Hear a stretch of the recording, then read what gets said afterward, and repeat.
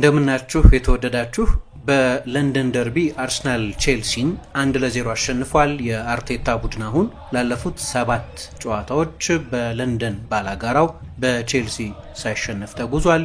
ደግሞ ከትልልቆቹ 6 ክለቦች ጋር ከቢግ 6 ከሚሏቸው ጋር ያለው ሪከርድ በጣም ግሩም ነው። በትንሹ ከያንዳንዱ ባላጋራ ጋር በትንሹ ለ4 ጨዋታ በአንድ ባላጋራ ሳይሸነፍ ቆይቷል ማለት ነው። የተለመዱት የትራዲሽናል ቢግ 6 የሚሏቸው ቼልሲ፣ ማንቸስተር ዩናይትድ፣ ማንቸስተር ሲቲ፣ ቶተንሃም፣ ሊቨርፑል አይነቶቹን ቡድኖች ማለት ነው። ጨዋታው በኤምሬትስ ነው የተደረገው። የላቀ ጥራት የነበረው ሁለተኛና አራተኛ ስፍራ ላይ ያሉ ቡድኖች ሲገናኙ የምንጠብቀው አይነት የጥራት ደረጃ የነበረው ጨዋታ አይመስለኝም። በተለይ ሁለተኛው አጋማሽ የውድድር ዘመን መጨረሻ አካባቢ የሚደረጉ ብዙ ውጤታቸው ትልቅ የደረጃ ሰንጠረዥ የስዕል ለውጥ የማያመጣ የፕሪሲዝን መልክ ያላቸው ጨዋታዎች አሉ። የሁለተኛ አጋማሽ ምንም እንኳ በሁለቱ ቡድኖች ተጫዋቾች በኩል ፊዚካሊቲ ቢኖርም ብዙ ጥፋት፣ ብዙ ቢጫ ካርድ የተስተዋለ ቢሆንም ነገር ግን በቴክኒካዊ ጥራት ደረጃ ዋና ዋና ተጫዋቾቻቸውን ባጡ ሁለት ቡድኖች መካከል የተደረገና በማጥቃቱና በሌሎች ቴክኒካዊ መለኪያዎች ግን ጥራቱ ዝቅ ያለ ጨዋታ ነበር። በአርሰናል በኩል ጋብሪኤል ማርቲኔሊ ከጉዳት ከተመለሰ በኋላ ይህንን ጨዋታ በፕሪሚየር ሊግ ዘለግ ካለ ጊዜ በኋላ ጀምሯል። እንዲያም ሆኖ ቡካዮ ሳካ፣ ጄሱስ እና ካይ ሃቨርትዝ በዚህ ጨዋታ ላይ አልተሰለፉም። በቼልሲም በኩል ከጨዋታው መጀመር አስቀድሞ ኤንዞ ማሬስካ የኮል ፓልመርን ያለመሰለፍ መረጃ ሰጥቶ ስለነበር ሌላ ተጨማሪ በጉዳት ምክንያት ከቼልሲ የቡድን ስብስብ የራቀ ተጫዋች ሆኗል። ምን ያህል አስፈላጊ እንደሆነ እናውቃለን። ፓልመር ምንም እንኳ ባለፉት 10 ጨዋታዎች ጎል ባያስቆጠርም ኒኮላ ጃክሰን፣ ኖኒ ማዱዌኬ፣ ማርክ ጊዩ ሌሎች የቼልሲ ማጥቃት ተጫዋቾች ናቸው በጉዳት ምክንያት ሰሞኑን እየተጫወቱ ያልሆኑ በዚህም ጨዋታ ላይ ያልተሳተፉ። ይሄ ሊሆን ይችላል ዝቅ ያለ ኳሊቲ ያለው ግን ከፍ ያለ አካላዊ ፍልሚያ የበዛበት ጨዋታ ያደረገው። ቫዮለንስ ነበረው፣ ፍሌር ግን የጎደለው ጨዋታ ብንለው ጥሩ ሳይሆን አይቀርም። ለማየት በቴክኒኩ በኩል ያን ያህል የመጀመሪያው አጋማሽ በንጽጽር የተሻለ ነበር ማለት ይቻላል። ፓልመር ወደ ቼልሲ ከመጣበት ጊዜ ጀምሮ እያንዳንዱን ጨዋታ ጀምሯል ከሁለት ጨዋታዎች በስተቀር። ሁለቱም ጨዋታዎች በአርሰናል ሜዳ ባለፈው የውድድር ዘመን በኤምሬትስ በፖቼቲኖ አሰልጣኝነት 5-0 በተረታበት በዚያ ጨዋታና ደግሞ አሁን በዚህኛው አርሰናል 1-0 ባሸነፈበት ጨዋታ ነው ተጫዋቹ ያልተሰለፈው። ስለዚህ የቼልሲ ተጫዋች ሆኖ ወደ ኤምሬትስ ተጉዞ ተጫውቶ አያውቅም ማለት ነው። ያው የኤምአርአይ ምርመራ ሰኞ ይደረግለታል ብሏል አሰልጣኙ። ግን ከኢንተርናሽናል ብሬክ መልስ ይመለሳል ብሎ ተስፋ እንደሚያደርግ ተናግሯል። በቼልሲ ላይንአፕ በኩል የተወሰኑ ትኩረት የሚስቡ ነገሮች ነበሩ። በድጋሚ ሪስ ጄምስ አማካይ ሆኖ ነው የተጫወተው። አሰልጣኝ ቶማስ ቱኸል የቀድሞ የቼልሲ አሰልጣኝ ስለሱ በቀደም ተጠይቀው ነበር። የእንግሊዝ ብሔራዊ ቡድን የተጫዋቾቻቸውን ምርጫ ይፋ በሚያደርጉበት ጊዜ እሳቸው አፕ ኤንድ ዳውን ፉል ባክ ነው ብለውታል። ወደ ላይ ወደ ታች እያለ የሚጫወት ብዙ ጊዜ ኦቨርላፕ የሚያደርግ ፉል ባክ ነው ብለው እንደሚረዱት ስለሱ ተናግረዋል። ለብሔራዊ ቡድን አልጠሩትም። በእርግጥ አሁን ማሬስካ ደግሞ ባለፈው ከኮፐንሃገን ጨዋታ በኋላ አማካይ ነው ብሎ እንደሚያስብ ተናግሯል። ስለዚህ በአማካይነት ነው የተጠቀመበት። ከዛ በስተቀር በቀኝ ተከላካይነት ዌስሊ ፎፋና ቼልሲ ወደ ኋላ ሪትሪት ሲያደርግ ሶስተኛ የመሃል ተከላካይ ሆኖ ከሌቫይ ኮልዊል እና ከቤኖ ባዲያሺል ጋር ይጣመር ነበር። ፔድሮ ኔቶ አሁንም የቡድኑ አጥቂ ነው። ጄደን ሳንቾ በቀኝ በኩል፣ ክሪስቶፍ ንኩንኩ በግራ በኩል፣ በፓልመር አለመኖር ምክንያት ደግሞ ኤንዞ ፈርናንዴዝ 10 ቁጥር ሆኖ ነበር የተጫወቱት። ሮበርት ሳንቼዝ የቼልሲ የፕሪሚየር ሊግ ግብ ጠባቂ ሆኗል። እንደገና በቅርብ ጊዜ ማሬስካ እስከ ውድድር ዘመኑ መጨረሻ ድረስ ፊሊፕ ዮርጌንሰን ነው የኔ መጀመሪያ ተመራጭ ግብ ጠባቂ የሚል አስተያየት ሰጥቶ ነበር። ነገር ግን ሳንቼዝ ነው ይሄንን ጨዋታ የጀመረው ልክ እንደባለፈው የሌስተር ሲቲ ጨዋታ ሁሉ ማለት ነው። የአርሰናል ተጫዋቾች ታርጌት ያደረጉት ይመስላል። ኳስ በሚጫወትበት ጊዜ ወይም ከኋላ ቢልድ እያደረገ ለመውጣት በሚሞክርበት ጊዜ በፍጥነት ፕሬስ ለማድረግ ይሞክራሉ። ስለዚህ በመሬት በፕሬሲንግ ስህተት እንዲሰራ ጫና ለማሳደር ይሞክራሉ። ብዙ ደግሞ ሃይቦል ይጠቀማሉ። ብዙ ክሮስ ማድረግ እና የቅጣት ምት፣ የማዕዘን ምት፣ የሴት ፕሌይ በሚሏቸውም በሁለቱም ኤክስፖዝ ለማድረግ ይሞክሩ ነበር። ግብ ጠባቂው ያው ብዙ ስህተት የመስራት ታሪክ ያለው ግብ ጠባቂ በመሆኑ ምክንያት ፍርሃት አለ። ለተከላካዮች ከነሱ በስተጀርባ የሚጫወተው ግብ ጠባቂ ኮማንዲንግ ካልሆነ በየትኛውም ጊዜ ስህተት ሊሰራ ይችላል የሚል ፍርሃት ካለ የተከላካይ መስመሩ በአጠቃላይ የተረጋጋ ሊሆን አይችልም። ቼልሲ ጨዋታው ከተጀመረበት ጊዜ ጀምሮ ገና በጥቂት ደቂቃዎች ውስጥ ነው በአርሰናል ብርቱ ጫና ውስጥ የወደቀው። ከግብ ጠባቂው የተነሳ ሊሆን ይችላል። ቡድኑ በኦርጋናይዜሽን አርሰናል ያለበት ደረጃ ላይ ያለ ቡድን አይደለም።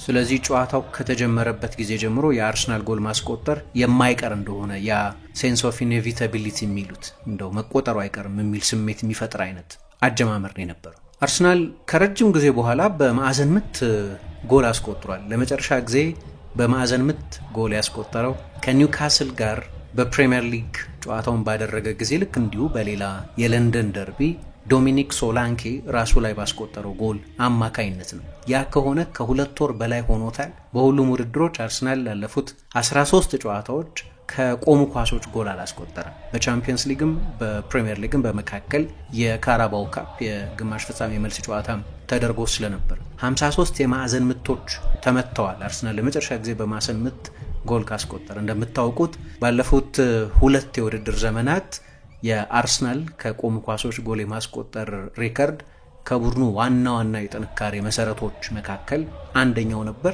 በተለያዩ ምክንያቶች ግን ይሄ ባለፉት ጥቂት ሳምንታትና ወራት እየሰራ አልነበረም። ይሄኛው የማዕዘን ምት ሲቆጠር አርሰናል መጠነኛ የማዕዘን ምት የታክቲክ ለውጥም አድርጓል። በውድድር ዘመኑ በአብዛኛው የኒኮላ ጆቨ ሴታፕ ይመስላል። የማዕዘን ምቱ ሲመታ የአርሰናል ተጫዋቾች የሩቁን ጎል ወይም ፋር ፖስት የሚባለውን ነበር ታርጌት የሚያደርጉት። ይሄኛው የማዕዘን ምት ግን በአርሰናል በዚህ ውድድር ዘመን ካየናቸው የማዕዘን ምት ቴክኒኮች የተለየ ነው። የቅርቡን አንግል ወይም የማዕዘን ምት የሚመታው ተጫዋች ወዳለበት ስፍራ የሚቀርበውን የጎሉን ክፍል ነው ታርጌት ያደረጉት። ተጫዋቹ ሚኬል ሜሪኖ ነው ጎሉን ያስቆጠረው። ከጨዋታው በኋላ እንደተናገረው በጣም አስደናቂ ጎል ነው። በነገራችን ላይ የቼልሲ የመከላከል ድክመት እንዳለ ሆኖ ቴክኒኩ ግን አስቸጋሪ ቴክኒክ ነው። በዛ መንገድ ጎል አስቆጠራለሁ የሚል አልነበረም። የኔምኝት እንደምንም ግን ኳሱን ማግኘት አለብኝ በሚል ጥረት ነው ኳሱን የጨረፍኩት የሚል አስተያየት ሰጥቷል። በዚህ ጎል አማካይነት ነው እንግዲህ አርሰናል ያሸነፈው። ሚኬል ሜሪኖም የአርሰናል አጥቂ ሆኖ መጫወት ከጀመረበት ጊዜ ወዲህ የሌስተር ጨዋታ ላይ የመጨረሻውን 20 ደቂቃ ተቀይሮ ከገባ በኋላ ማለት ነው 4ኛ ጎሉን አስቆጥሯል። እዛ የሌስተር ጨዋታ ላይ 2 ጎል፣ ፒኤስቪ ላይ በቻምፒየንስ ሊግ 1 ጎል፣ አሁን ደግሞ ቼልሲ ላይ ብቸኛውን የማሸነፊያ ጎል አስቆጥሯል። የመጀመሪያው 30 ደቂቃ የአርሰናል ሁለመና የበላይነት የነበረበት ነው። በሚያስገርም ሁኔታ በዚህ የጨዋታው የመጀመሪያ 30 ደቂቃ ቼልሲ በአርሰናል ጎል ላይ ሙከራ አለማድረግ ብቻ ሳይሆን በአርሰናል የፍጹም ቅጣት ምት ሳጥን ውስጥ አንድም ጊዜ ኳስ አልነካም። ይሄ በጣም አስገራሚ ነው። የቼልሲን የማጥቃት ድክመት በቀደምም ከኮንፈረንስ ሊግ የመልስ ጨዋታቸው በኋላ ደግሞ በመጀመሪያው ኮፐንሃገን ላይ በተደረገው ጨዋታም ከሌስተር ጨዋታም በኋላ በእነዚህ 3ቱም ጨዋታዎች አንስቼዋለሁ። ፓልመርም እያለ ጭምር የነበረ ድክመት ነው። ማድዌኬም ሳይጎዳ ጃክሰንም ከሜዳ ሳይርቅ የእነዚህ ተጫዋቾች ከሜዳ መራቅ የቼልሲን የማጥቃት ጥራት አውርዶታል፣ ጥያቄ የለውም። ነገር ግን እነሱም እያሉ ጭምር የጀመረ ችግር ነው። በመጀመሪያው 30 ደቂቃ ቼልሲ በአርሰናል ከፍተኛ ጫና ውስጥ ነው የነበረው። አርሰናል አንዳንድ ጊዜ በሶስተኛ የሜዳ ክፍል ላይ በሚወሰኑ የተሳሳቱ ውሳኔዎች ምክንያት እነዛን በአደገኛ የሜዳ ቀጠናዎች የተገኘባቸውን አጋጣሚዎች በመጨረሻው 30 ሜትር ላይ ላስት ፓስ የሚባለው አደገኛ ኳስ ማቀበል ባለመቻል አንዳንድ ጊዜ በትሮሳር ሌላ ጊዜ በማርቲኔሊ ጨዋታውን ጥሩ ነበር የጀመረው፣ ግን ከአንዳንድ አጋጣሚዎች በስተቀር የላስት ፓስ ችግር ነበረበት እና ብዙ ጊዜ ደግሞ በማርቲን ኦደጋርድ አማካይነት ኦደጋርድ ከሌሎቹ ጨዋታዎች የበለጠ ብዙ ሪስክ ወስዷል። ለምሳሌ ባለፈው ሳምንት ከማንቸስተር ዩናይትድ ጋር ከነበረው ጨዋታ ይልቅ እዚህኛው ጨዋታ ላይ ሪስኮች ለመውሰድ ይሞክር ነው። አንዱ እሱን በተመለከተ የሚሰጠው አስተያየት ሴፍ ነው በአብዛኛው ብዙ ሪስክ አይወስድም ነው። አሁን የባለፈው የዩናይትድ ጨዋታ ላይ 93% ነበር የእሱ ኳስ የማቀበል ስኬት። እንዲሁ በግርድፍ ከላይ ሲታይ ጥሩ ነው 93%፣ ፓስ አይበላሽበትም ነበር ማለት ነው። ግን እንደ ክሬቲቭ ተጫዋች ደግሞ ካያችሁት ሪስክ መውሰድ አለበት። ሪስክ የሚወስድ ከሆነ ኳስ ይበላሽበታል። መበላሸቱ መጥፎ አይደለም። he was playing safe። በዛ ምክንያት ነው የሱ የፓሲንግ ሰክሰስ እንደዛ ጥሩ የሆነው። እዚህኛው ጨዋታ ላይ የመጀመሪያው አጋማሽ ሲጠናቀቅ 85% ነው የሱ የፓስ አኪዩሬሲ። ስለዚህ ከሌሎቹ ጨዋታዎች የበለጠ ሪስክ ይወስድ ነበር ማለት ነው። ጎሉም ሲቆጠር እሱ ነው የማዕዘን ምቱን ያሻገረው። ከሌሎቹ ጨዋታዎች የበለጠ የመጀመሪያውን 30 ደቂቃ ብቻ ከወሰዳችሁ አክቲቭ ነበር፣ የተሻለም ነበር በክሬቲቪቲ። ግን ቅድም ያነሳሁት የላስት ፓስ ጉዳይ በጨዋታው ላይ ይስተዋል ነበር። ከ30ኛው ደቂቃ በኋላ ጨዋታው ግማሽ ሰዓት ከሆነው በኋላ ቼልሲ ብዙ አደገኛ ባይሆንም ግን የበለጠ ኳስ መቆጣጠር፣ ፖሴሽን ዶሚኔት ማድረግ የጀመረበት የጨዋታው ምዕራፍ ነበር። ለሁለቱ ግብ ጠባቂዎች ለቅድም ላነሳሁት ለሮበርት ሳንቼዝም ለአርሰናሉ ግብ ጠባቂ ዳቪድ ራያም የሽብር ቅጽበቶች ነበሩት። ይሄ ጨዋታ ቅድም እንዳልኩት የአርሰናል ተጫዋቾች ከጨዋታው አስቀድሞ እንደታቀደበት አይነት በመሬትም በአየርም ላይ በሁለቱም ድክመቶች ያሉበት ግብ ጠባቂ ስለሆነ እሱን ጫና ውስጥ የማድረግ ለስህተት ለማጋለጥ የመሞከር ጥረቶች ነበሩ። የአርሰናሉ ግብ ጠባቂ ዳቪድ ራያ ግን የትኩረት ማጣት ትልቅ ስህተት ሊፈጽም እንዲቃረብ አድርጎት ነበር። ማርክ ኩኩሬያ ወደ ጎል የመታው ቮሊ አንድ ግብ ጠባቂ በበቂ ትኩረቱ ላይ ከሆነ ለመቆጣጠር የሚያስቸግረው አይነት አልነበረም። ነገር ግን አልፎት እድለኛ ሆኖ ነው ጎሉ ሳይቆጠር የቀረው። ሁለተኛው አጋማሽ ግን ቅድም እንዳነሳሁት ያ ፊዚካሊቲ ቢኖርም ጥፋቶች፣ ሲኒካል መሆን አንዳንድ ጊዜም የነበረባቸው አጋጣሚዎች ነበሩት እንጂ በቴክኒካዊ ጥራት በኩል በሁለቱም ቡድኖች በኩል ደካማ ነበር። ቅድም እንዳልኩት ምናልባት ሁለቱም ቡድኖች አርሰናልም ቼልሲም ቁልፍ ተጫዋቾቻቸውን ማጣታቸው ይሄ እንዲሆን ምክንያት ሆኖ ሊሆን ይችላል። ወይ እንግዲህ የውድድር ዘመኑ የመጨረሻውን ወራት እየተጠጋን ስለሆነ በውድድር ዘመኑ በሙሉ ያለ የተጠራቀመ ድካምን ማየት ጀምረን ሊሆን ይችላል። የማሬስካ ቡድን በተለይ ወደ ጨዋታው መመለስ ባለበት በዚህኛው ምዕራፍ ኳስ ይቆጣጠር ነበር፣ ግን በጣም ዝግ ባለ የኳስ ቁጥጥር ነው ይጫወት የነበረው። ሁለት ኢላማቸውን የጠበቁ ሙከራዎች ብቻ ነው ያደረገው፣ ግን ፋውሎች ነበሩ። በቼልሲ በኩል ዌስሊ ፎፋና 3 ፋውሎች ጥፋቶች ፈጽሟል። አንደኛው ዴክላን ራይስ ላይ ሆን ብሎ ባቱ ላይ የቆመበት ነው። ቢጫ ካርድ አላሳዩትም፣ ግን ራይስ በሁኔታው ደስተኛ አልነበረም። ሌቫይ ኮልዊል ሊያንድሮ ትሮሳርን ረግጦታል። ሞይሰስ ካይሴዶ፣ ኤንዞ ፈርናንዴዝ ጨዋታው ከተጀመረበት ጊዜ ጀምሮ ፊዚካል ነበሩ። ግን በአርሰናልም በኩል ተመሳሳይ ነው። ጋብሪኤል ማጋላይሽ ጥፋት ሰርቷል። ፓርቴም በጨዋታ ውስጥ ሜዳ ውስጥ በመቆየቱ እድለኛ ሊባል ይችላል። 2 እያንዳንዳቸው ለቢጫ ካርድ ሊዳረጉ የሚችሉ ጥፋቶች ይፈጽም ነበር፣ ሌሎችም እንደዚሁ። ስለዚህ አርቢትሩ ብዙ ካርድ ሲመዙ አይተናል። በሁለተኛው አጋማሽ የአርሰናል ብዙዎቹ ጥፋቶች የበለጠ የቼልሲን የመልሶ ማጥቃት ከምንጩ ለማስቀረት ይደረጉ የነበሩ ጥፋቶች ናቸው። ስለዚህ ሁለተኛው አጋማሽ ከቴክኒካዊ ጥራት ይልቅ በእንደዚህ አይነት በፊዚካል ባህሪው ሊገለጽ ይችላል። አርሰናልን በተመለከተ የመጀመሪያው 30 ደቂቃ ላይ ፕሬስ በማድረግ ኳስ በመቆጣጠር የጎል ዕድሎች በመፍጠር ደግሞ በማስቆጠርም ተሽሎ ቢጀምርም ግን በድጋሚ የዚህ ቡድን ጥንካሬ የመከላከል ውህደቱ እንደሆነ ታይቷል። ቼልሲ በዚህ ውድድር ዘመን ደካማው የማጥቃት አውትፑት የነበረው በዚህኛው ጨዋታ ነው። 1-0 ነው ያሸነፈው። ድሮ ከቬንገር መምጣት በፊት 1-0 ቱ ዲ አርሰናል እየተባለ ይዘመር ነበር። ብዙ ጨዋታዎችን 1-0 ያሸንፍ ስለነበር ከግራም ጋር የሚያመሳሰል ነገር አለው። አርቴታ በዲፌንሲቭ ኦርጋናይዜሽን ላይ ከፍ ያለ ትኩረት የሚሰጥ አሰልጣኝ ነው። ጥብቅ የተከላካይ አደረጃጀት አለ። መከላከል የተከላካዮቹ ስራ ብቻ አይደለም፣ የቡድኑ ስራ ነው። ከኳስ ውጪ በ4-4-2 ነው የሚከላከለው። የቡድኑ የግራ 8 ቁጥር ሆኖ የጀመረው ዴክላን ራይስ ወደ ኋላ ይመለሳል። ስለዚህ ሁለተኛ ፒቮት ይሆናል። እያንዳንዱ የአርሰናል ተጫዋች የመከላከል ሚናውን በትጋት ነው የሚወጣው። ስለዚህ ወትሮም ቢሆን የማጥቃት ችግር ያለበት ቼልሲ 2 ኢላማቸውን የጠበቁ እነሱም ብዙ የማይታወሱ በግራ መስመር ተከላካያቸው በኩል የተደረጉ ሙከራዎች ናቸው። 0.35 ኤክስጂን ያስመዘገበው ኤንዞ ማሬስካ የቼልሲ አሰልጣኝ ሆኖ ከተሾመበት ጊዜ ጀምሮ አነስተኛው የቼልሲ የማጥቃት ፐርፎርማንስ ነው። በአርሰናል የፍጹም ቅጣት ምት ሳጥን ውስጥ 8 ጊዜ ብቻ ነው በ90 ደቂቃ ውስጥ ኳስ የነካው ቼልሲ። ምንም እንኳ በኳስ ቁጥጥር ቢበልጥም ነገር ግን በፍጹም ወደ አደገኛ የሜዳ ስፍራ እንዲመጣ አርሰናል አይፈቅድም ነበር። ግን ቼልሲን ፎርስ አያደርግም ያ እንዲሆን።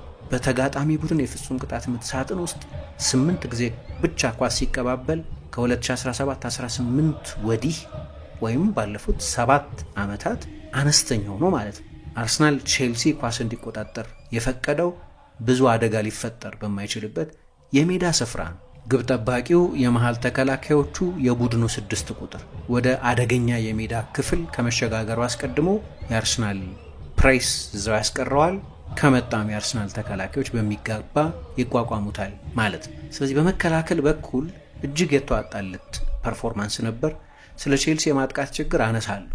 ነገር ግን ሚኬል ሜሪኖ ቅድም እንዳነሳሁት 9 ቁጥር ሆኖ መጫወት ከጀመረበት ጊዜ ጀምሮ በቁጥሮች ካየነው መጥፎ አይደለም። በ7 ጨዋታ 4 ጎል ነው ያስቆጠረው። በፕሪሚየር ሊግ ብቻ ደግሞ 3 ጎል ነው ያስቆጠረው። ሳላህና ማርሙሽ ብቻ ናቸው ከሱ የበለጠ ጎል ያስቆጠሩት። እንግዲህ እሱ አጥቂ ሆኖ መጫወት ከጀመረበት ጊዜ ጀምሮ ጎል ማስቆጠር አይደለም የተሰጠኝ አሳይመንት አለ። የበለጠ ሩጫዎች ማድረግ፣ ለሌሎች የቡድን ጓደኞቼ ለማጥቃት በሚመች ሁኔታ ውስጥ እንዲገኙ የሚያግዝ የሜዳ የስፍራ አያያዝ ነው እንጂ የተሰጠኝ ኃላፊነት ጎል የማስቆጠር ኃላፊነት አይደለም። በእያንዳንዱ ጨዋታም ጎል ማስቆጠር አለብኝ እያልኩ አልገባም ብሏል። 9 ቁጥር አይደለም፣ አጮቱም እንደ 9 ቁጥር አይደለም። አማካይ ሆኖ ወደ አጥቂነት የተመደበ ተጫዋች አይነት ሙቭመንት ነው የሚያደርገው። ጎሉ ግን አንደኛውን ችሎታውን አርሰናል ሲያስፈርመው ከጠቀስናቸው ክህሎቶቹ መካከል አንደኛው የአየር ላይ ኳስ አጠቃቀሙና በጭንቅላት ኳስ የመግጨት ችሎታው። በአውሮፓ ዋንጫው ነው አይደለም የብዙዎች ሰዎች አይን ውስጥ የገባው ያ ጀርመን ላይ ያስቆጠረው የረፍት ፍጻሜ ጎል በጭንቅላት በሚያስደንቅ የጭንቅላት ቴክኒክ ይህንንም አሳይቷል። በሌሎችም ጨዋታዎች እንዲህ አይነት ጥረቶች ሲያደርግ እናየዋለን። እዛ ሌስተር ሲቲ ጨዋታም ላይ የመጀመሪያው ጎል ሲቆጠር በጭንቅላቱ የተቆጠረ ጎል ነው። በመጀመሪያው አጋማሽ 7 ጊዜ ብቻ ነው ኳስ የነካው፣ ግን ጨዋታውን የወሰነችዋን ብቸኛ ጎል ደግሞ አስቆጥሯል። ይሄ የሃላንድ ባህሪ ነው አይደለም? ሃላንድ በጨዋታ በሙሉ በ90 ደቂቃው 15 ኳስ ሊነካ ይችላል፣ 2ቱ ግን ጎሎች ናቸው። ስለዚህ ጥቂት ኳስ መንካቱ በጣም ፍሬያማ ስለሆነ ጎሎች ስለሚያስቆጥር ዲስከሽን አይሆን እንጂ በጨዋታ ውስጥ ብዙ ኢንቮልቭድ አይደለም። እንደምታውቁት እንደዛ አይነት ነገር በሉት አንድ አይነት ተጫዋቾች ናቸው እያልኩ ወይ ያነጻጸርኩ አይደለም። ግን 7 ጊዜ ብቻ ነው ኳስ የነካው፣ ግን አደገኛ ሙከራዎች አድርጓል። በሁለተኛው አጋማሽም ሮበርት ሳንቼዝ በሚያስደንቅ ሁኔታ አዳነበት እንጂ ከክሮስ የመጣን ኳስ በቮሊ ሃፍ ቮሊ በሚሉት ጥብቅ አድርጎ መጥቶ ሮበርት ሳንቼዝ አድኖታል። ቅድም እንዳነሳሁት አርሰናል በማዕዘን ምት በቅርብ ጊዜ እየተሳካለት አልነበረም። ግን ካለፈው የውድድር ዘመን መነሻ ጀምሮ እስካሁን ድረስ ከየትኛውም የፕሪሚየር ሊግ ቡድን በላይ ከማዕዘን ምት በርካታ ጎሎች አስቆጥሯል። 27ኛ ጎሉ ነው። 11ዱ ደግሞ ልክ እንደዚህኛው ጨዋታ የመክፈቻ ጎሎች፣ የጨዋታው ቀዳሚ ጎሎች ነበሩ። የአርሰናል የሴት ፒስ ጥንካሬ ቢያንስ ለዚህ ጨዋታ ተመልሷል ማለት ነው ከረጅም ጊዜ በኋላ።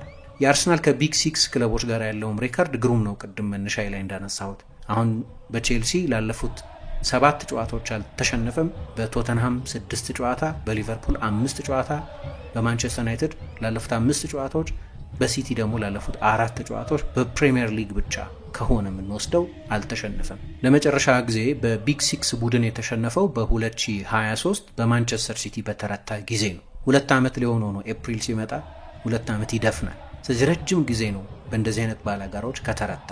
ላለፉት 19 ጨዋታዎች አልተሸነፈም ማለት ነው። 11 አሸንፏል፣ 8 አቻ ተለያይቷል፣ ምንም ሽንፈት አልነበረበትም። ስለዚህ ሚኬል አርቴታ በትልልቅ ጨዋታዎች ላይ የእሱና የቡድኑን ስኬት የሚያሳይ ነው። ከቼልሲ ጋር ከ1995 እስከ 2005 ድረስ አርሰን ቬንገር በመጀመሪያዎቹ 10 ከቼልሲ ጋር ባደረጓቸው ጨዋታዎች አልተረቱም ነበር። ሪከርዳቸው ግሩም ነበር። 19 ተከታታይ ጨዋታዎችን ነበር ያልተሸነፉት።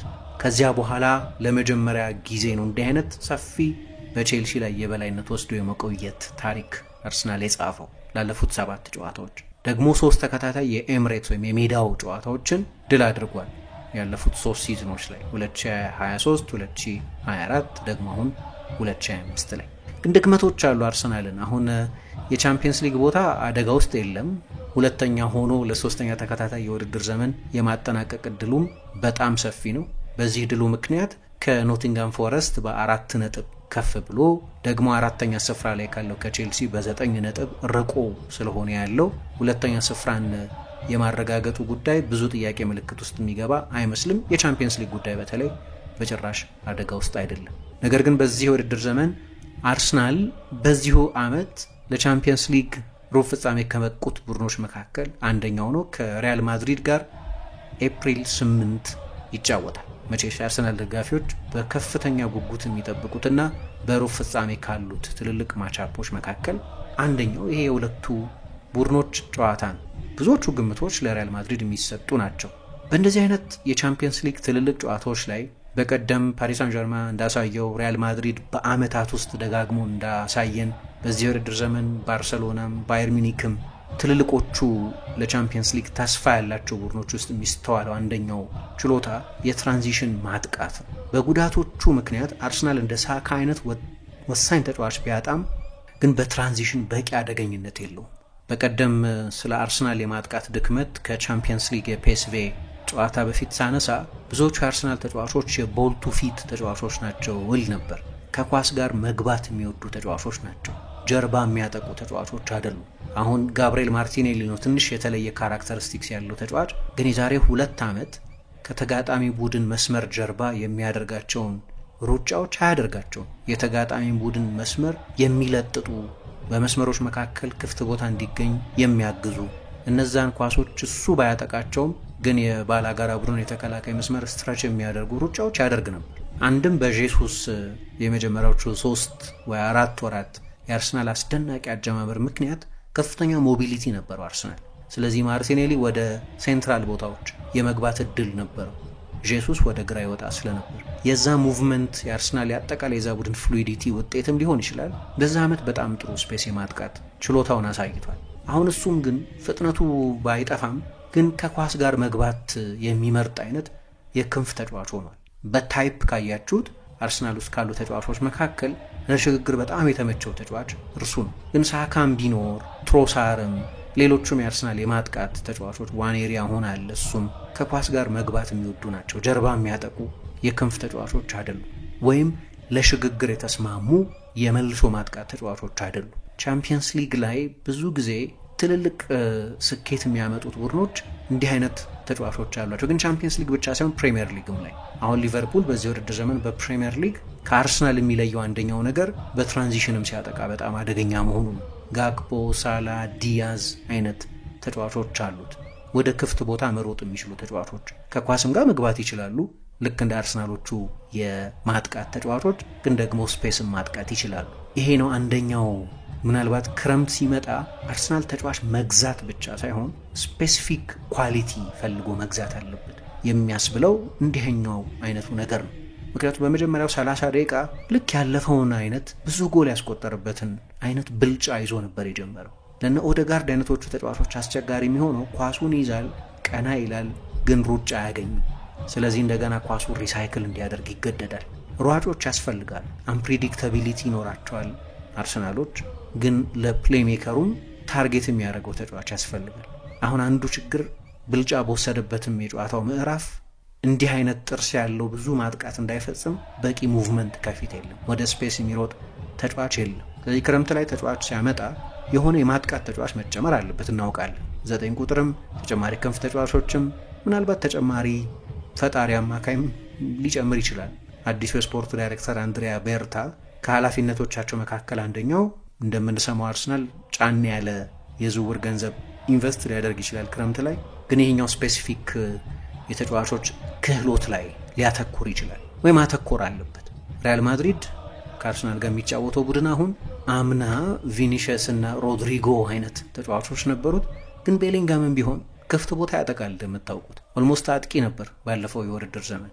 4-4-2 ነው፣ 2 ስፕሊት ስትራይከሮች አሉት። ግን ሪያል ማድሪድ ኳስ ዶሚኔት በሚያደርግበት ጊዜ የሳጥን ውስጥ ፕሬዘንስ የነበረው ጁድ ቤሊንጋም ወደ ስፔስ ብዙ ይሮጣል።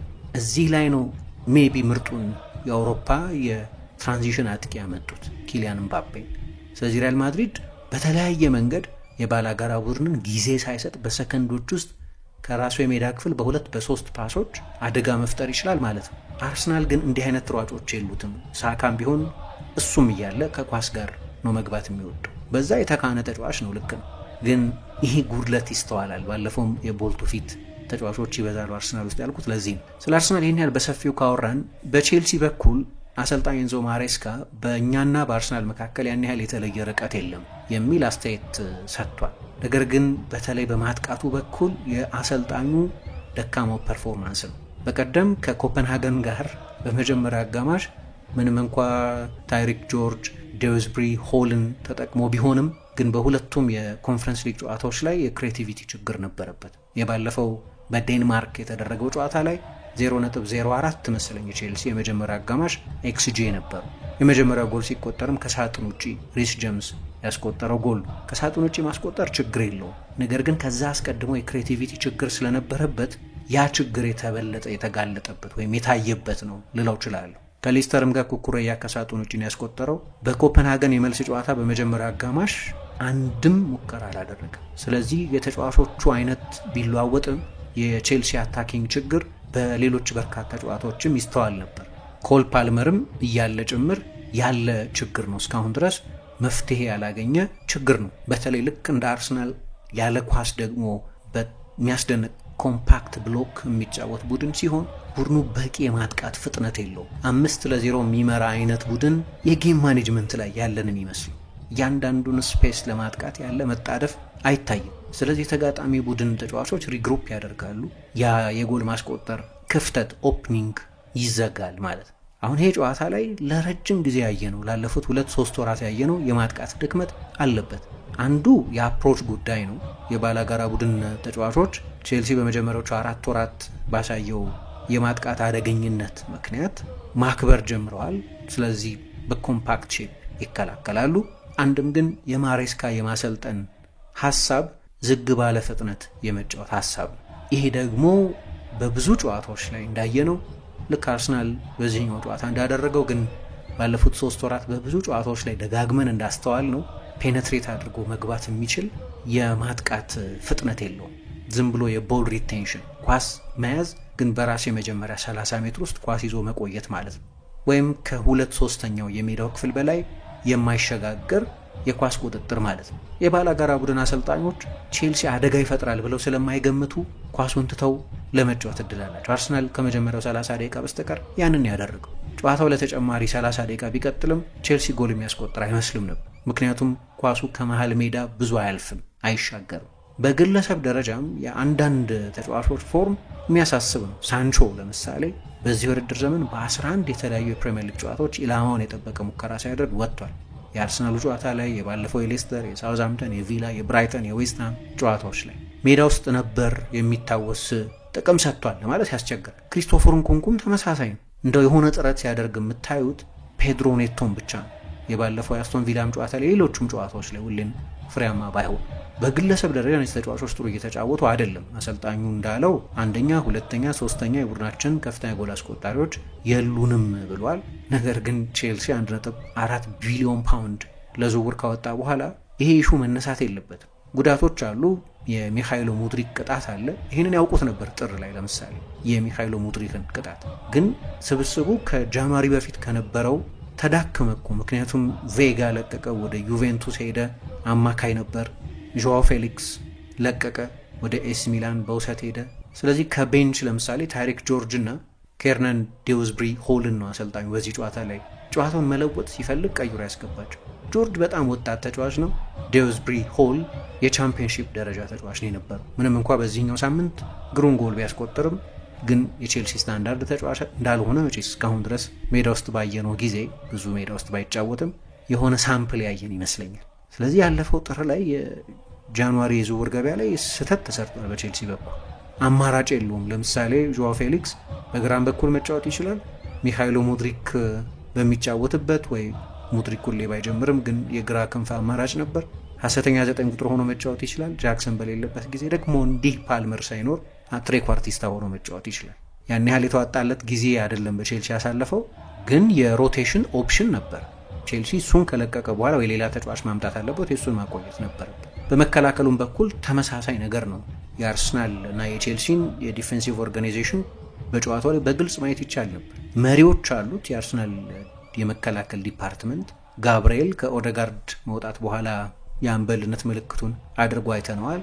ሳሊባ ተናጋሪ አይደለም፣ ግን በጣም ዶሚናንት ተከላካይ ነው። ራይስ እንደ አምበል ነው። ኪምበር አያክስ አምበል ነበር ለምሳሌ ቀኝ ተከላካያቸው። ስለዚህ ሊደሮች አሉት በሁሉም የሜዳው ክፍል። ቼልሲ ከቻጎ ሲልቫ መልቀቅ በኋላ እንዲህ አይነት ካራክተሪስቲክስ ያለው ተጫዋች የለውም። ወጣቶችም ናቸው። ኦርጋናይዘር የለውም ቡድኑ ማለት ነው። ገና የአሰልጣኙ የመጀመሪያ ውድድር ዘመን ስለሆነ ከአርሰናል ጋር ማነጻጸር ተገቢ አይደለም። ምክንያቱም የማሬስካ የመጀመሪያ ሲዝን ነው። አርቴታ 5 ዓመት ቆይቷል። ስለዚህ እሱ በሚፈልገው ኦርጋናይዜሽን ቡድኑ ለመገንባት ጊዜም ዝውውርም አግኝቷል። ልክ ነው። እሱን ከግምት እናስገባለን። ግን እዛ ደረጃ ላይ አልደረሰም። በመከላከልም በኩል የማጥቃት አደጋ አይፈጥርም ነበር። በመጀመሪያው 30 ደቂቃ አንድም ጊዜ በአርሰናል ሳጥን ውስጥ ኳስ አልነካም። በመከላከሉም በኩል ግን ሊደሮች የሉትም፣ በቂ መሪዎች የሉትም። በሚቀጥለው ክረምት ምን እንደሚያደርግ አላቅም። ሰሞኑን ብዙ ተስፋ የሚጣልባቸው ወጣት ተጫዋቾችን እየገዛ ስለመሆኑ እንሰማለን። በቀደም ጥቂት ስለ ጂዮቫኒ ኬንዳ ስናነሳ ነበር። የቼልሲ ደጋፊዎች ግን የአሁኑን የቡድኑን ችግር መቅረፍ የሚችል ተጫዋችም እንዲመጣላቸው የሚፈልጉ ይመስለኛል። አስተማማኝ ግብ ጠባቂ፣ ልምድ ያለው ተከላካይ፣ ተጨማሪ አማካይ። ላቪያ ተመልሶ መጥቷል። በዚህኛው ጨዋታ ላይ ተቀይሮ ገብቶ ጥቂት ደቂቃዎችን ተጫውቷል በሪስ ጄምስ ፈንታ። ነገር ግን የእሱ የፊትነስ ጉዳይ አሳሳቢ ነው። እንደምታውቁት ወጣት ቢሆንም ተጨማሪ አማካይ አንድሬ ሳንቶስ ጥሩ እየተጫወተ ነው። በስትራስቡርግ ሊጨምሩት ይችላሉ። ኬንትሪ ፓኤዝ የኤንዞ ፈርናንዴዝ ቦታ ላይ መጫወት ይችላል። ስለዚህ ከሱ ጋር ለቦታ ይፎካከራል ብለው ተስፋ ያደርጋሉ። አሉ አማራጮች፣ አንዳንድ አማራጮች። ነገር ግን ምናልባት ተጨማሪ ልምድ ያለው አማካይም ሊፈልግ ይችላል። የማጥቃት የክንፍ ተጫዋች አሰልጣኙ እንደሚፈልግ እንሰማለን። ያው የሳንቾ ጉዳይ ያለፉት ወራት ብቃቱ በጣም አጠያቂ ቢሆንም ኮንትራቱ ቋሚ ሳይሆን አይቀርም። ግን ሚካኤሎ ሙድሪክ የቢሳምፕሉ ሲመጣ የቅጣቱ መጠን ለአመታት የሚቆጠር ሊሆን ይችላል። ስለዚህ በእነዚህ ተጫዋቾች ሁኔታ የተነሳ ቼልሲ ተጨማሪ ክንፍ ተጫዋች መጨመር አለበት። ቢያንስ አንድ፣ ለሁለቱ ቦታዎች 5 ተጫዋች ይፈልጋል የሚሉት የእንግሊዝ ብዙሃን መገናኛዎች። የአጥቂ ጉዳይ የአንገብጋቢው ጉዳይ ነው። ኒኮላ ጃክሰን እና ማርክ ጊዩ ናቸው ሁለቱ የቼልሲ አማራጮች። አሰልጣኝ ማሬስካ በፍጹም ክሪስቶፈር ንኩንኩን 9 ቁጥር አድርጎ አይገነዘበውም። ስለዚህ ወይ ሐሰተኛ 9 ቁጥር ወይ የቀኝ ክንፍ ተጫዋች ወይ የግራ ክንፍ ተጫዋች አድርጎ ነው የሚጠቀምበት፣ ልክ እንደዚህኛው ጨዋታ ማለት ነው። እሱም ባለፈው ጥር ሊለቅ ነበር እንደምታውቁት። እንዲያውም ከማቲስ ቴል ጋር ቼልሲ ተቀያይሮስ ወደ ባየር ሚኒክ ሄዶ ቴል አሁን በቶተናም እየተጫወተ ያለው ወጣት ታዳጊ ፈረንሳዊ ወደ ቼልሲ ሊመጣ ይችላል ሲባል ነበር። ከቼልሲ ጋር መለያየቱ አይቀርም። በቼልሲ ለመቆየት ምክንያት የሚሆን ብቃትም በተለይ በዚህ ዓመት አላሳየም። ባለፈው ዓመት ምክንያቱ ጉዳት ነበር። ገና በፕሪሲዝን ብርቱ ጉዳት ገጥሞት ስለነበር። ስለዚህ አጥቂ ማምጣት አለበት። ባለፈው ክረምት ቪክቶር ኦሲመን ለማምጣት ሞክሮ ነበር። ልክ እንደዚህ አይነት ፔዲግሪ ያለው አጥቂ ማምጣት አለበት። ምን እያወራን ነው? ስፓይን የሚባለው ነገር እያወራን ነው። ግብ ጠባቂ፣ ተከላካይ፣ አማካይ፣ አጥቂ ካላችሁ ቡድኑ እስካሁን ድረስ እየተገነባ አልነበረም ማለት ነው። ለአሁን እንዲደርስ ሆኖ አልተገነባም ማለት ነው። ምንም እንኳ አንዳንዶቹ ዝውውሮች ግሩም የሚደነቁ ቢሆኑም ግን ለአሁን ተፎካካሪነት፣ ለፕሪሚየር ሊግ ተፎካካሪነት፣ ለዋንጫ ማለት ነው፣ ለቻምፒየንስ ሊግ ተፎካካሪነት የሚያበቃ ስብስብ አይደለም አሁን። ይሄ ደግሞ በተለይ ባለፉት ወራት ቡድኑ ችግር ውስጥ በገባበት ጊዜ ፓልመር እንደተለመደው የጎል ፕሮዳክሽኑ ሳይቀጥል ሲቀር መጠነኛ የብቃት መዋዠቅ መውረድ ሲያጋጥመው ሌላ የሱን ኮንትሪቢዩሽን የሚሞላ ተጫዋች አላየን። ፓልመር ደግሞ ሲዝኑን በሙሉ በእያንዳንዱ ጨዋታ 2-2 3-3 ጎል እያስቆጠረ አሲስት እየሰጠ ሊወጣ አይችልም። የትኛውም ተጫዋች ለሆኑ ሳምንታትና ወራት ኦፍ ፎርም የሚሆንበት ጊዜ ይኖራል። ያንን ቦታ የሚሞላ ተጫዋች ቼልሲ አላገኘም። ስለዚህ የቤት ስራው ቀላል አይመስለኝም። ቻምፒየንስ ሊግ ቢሳተፍም ግን የቤት ስራው ቀላል አይደለም። ባለፉት ተከታታይ ጨዋታዎች ደግሞ የአታኪንግ ፐርፎርማንሱ በጣም የሚያሳስብ ነው። ለማንኛውም ቻምፒየንስ ሊግ መሳተፍ የሚያቅተው አይመስለኝም በዚህ ዓመት። ከሜዳው ውጪ ባለፉት 7 ጨዋታዎች 2 ነጥብ ብቻ ቢሆንም ያስመዘገበው እና ይሄ ከ21 ነጥብ 2 ነጥብ ብቻ ማግኘት ቢሆንም ነገር ግን 5 የእንግሊዝ ክለቦች በሚቀጥለው ዓመት በቻምፒየንስ ሊግ መሳተፋቸው ስለማይቀር እና ኮንሲስተንትም ቡድን የለም። ሲቲ በድጋሚ አቻ ተለያይቷል። ብራይተን፣ ቦርንመዝ፣ ኒውካስል፣ ሌሎቹም ቡድኖች ያን ያህል ኮንሲስተንት ቡድኖች አይደሉም። ስለዚህ ከ1 እስከ 5 ያለውን ስፍራ ይዞ የሚያጠናቀቅ የሚችል ይመስለኛል። ግን ጥያቄዎቹ አሁንም አሉ። ክረምት ላይ የቼልሲ የቤት ስራ አልተጠናቀቀም። 2022 ላይ ነው ሰዎቹ የመጡት። ግን በ3 ዓመት ገደማ ውስጥም የበሰለ የደረሰ ቡድን አልተገነባም። ከነዚህ ጥያቄዎች ጋር ነው ወደ ክረምት የዝውውር ገበያ የሚወጡት። ለማንኛውም ቼልሲ እና አርሰናል ያደረጉት ጨዋታ በኤምሬትስ በአርሰናል 1-0 አሸናፊነት ተጠናቋል።